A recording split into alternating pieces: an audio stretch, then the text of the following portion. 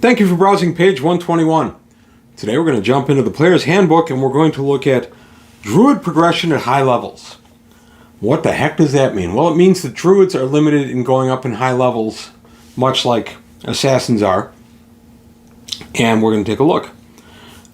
At the upper levels, there are only a limited number of characters. At 12th level Druid, there can be but 9 of these nature priests.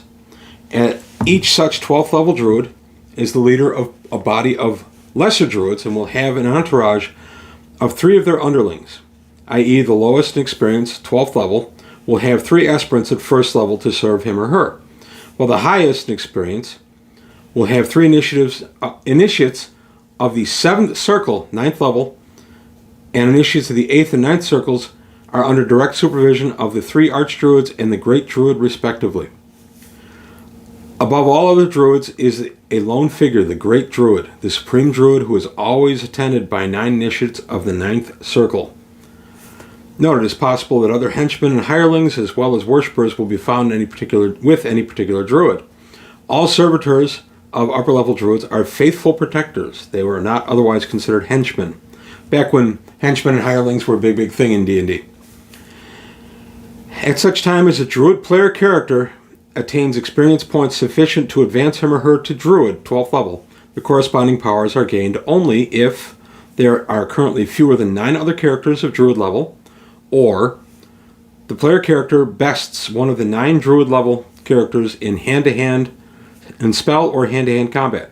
If the combat is not mortal, the losing combatant drops the exact number of experience points necessary to place him or her in the beginning of the next lower level.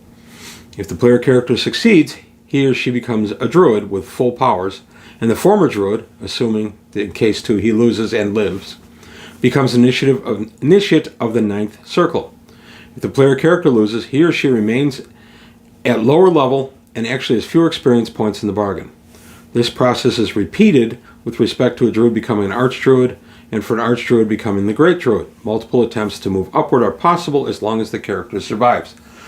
So it's tough. It's tough to become a high-level Druid. To get up to a level where you'd aspire to be a Druid at 12th level, you have to have 301,000 experience points. If you lose, according to the write-up, you drop down with just enough experience to place you in the beginning of your next lowest level. So, next lowest level, that's interesting. So that could be argued 2 ways. One is he's got enough points, he's 11th level, and he's got his 300,001 or greater points. He gets dropped down to the next lower level, which is 200,001, which is what I believe. But I've had players argue that he should actually be dropped to 10th. I don't agree with that. That's an awfully tall hill to climb for the Druid character. Now, I've said before on the channel, I've only had 1 Druid actually start out at low levels, 1st level, and then make it all the way up to 14th level. And he's been out of our campaign for quite a while. But I actually did this with him. But I didn't like the idea of Druids killing each other.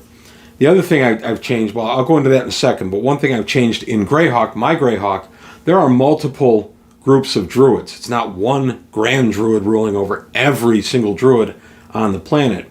I have them all out as different regions, and then the Druids in this region serve these guys and report to these guys, and it just seems to make more sense to me. So that's how I've done it. So when this player character made it to his Druid name level, which would be 14th, or 12th rather, he had to go ahead and contest with another Druid who was already in the slot. I didn't like the idea of Druids killing each other, so I did basically a nature quiz. It was a week-long thing where this Druid lived with other Druids who didn't know him, and then another group of Druids lived with the NPC Druid, and they tested him constantly for a week on their knowledge of nature. And it was essentially just kind of a blind thing. Not blind, but it kind of supposed to be a neutral thing, because Druids.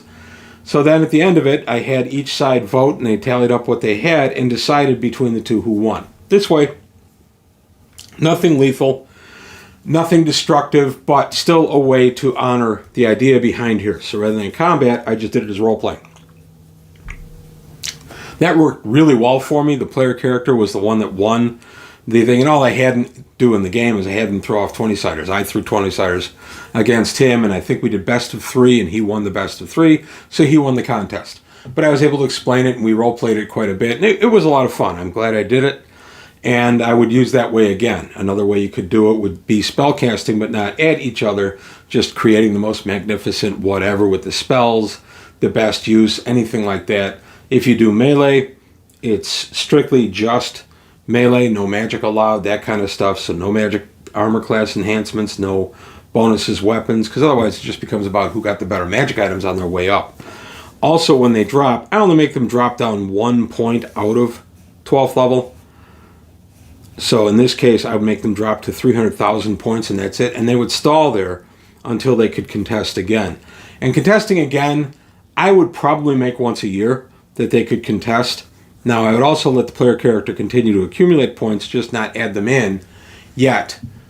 So he would be growing in his 12th level if and when he ever attained it. It's just a way to keep the player engaged and going. But as I said, I didn't have that problem. But it's the way I would do it if I was dealing with that situation. Because you don't want a player to go sour on the character because you can't make upward mobility.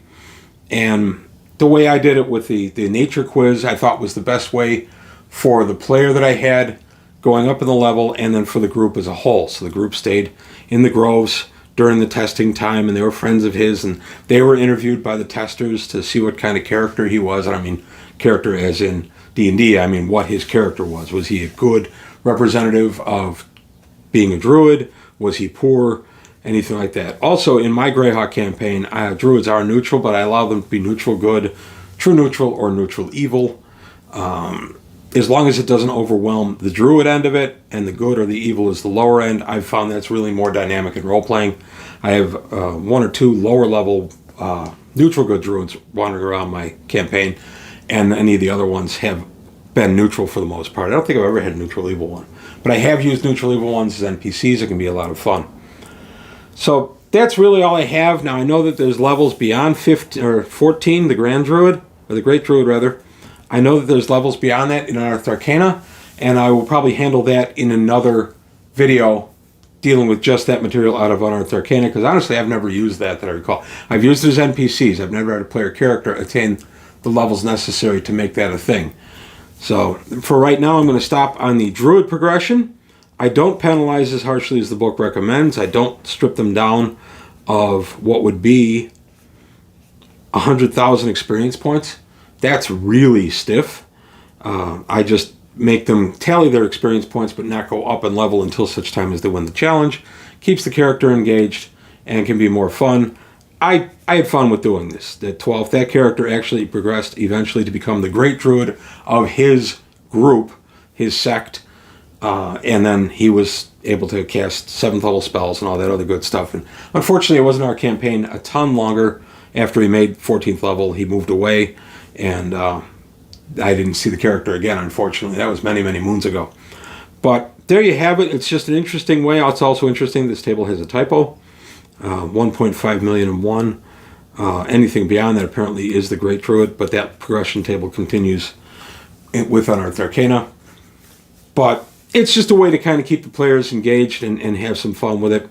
I've done different other things with monks and such, so if there's any interest in seeing something like that, let me know, and I can go ahead and create a video for that, because monks have to go up in a very similar way. But that's all I've got to say today on page 121. I want to thank you for your time. Thanks for watching. Please let me know what you've done at your table with druids once they hit high level. Also, please like and subscribe if you enjoyed the video. Tell your friends. Let's keep growing the channel. Please take a look at the Patreon, see if you can help me out there. But that's all I've got today for page 121. Thank you for your time. Thanks for watching. Happy nature, and I'll see you next time.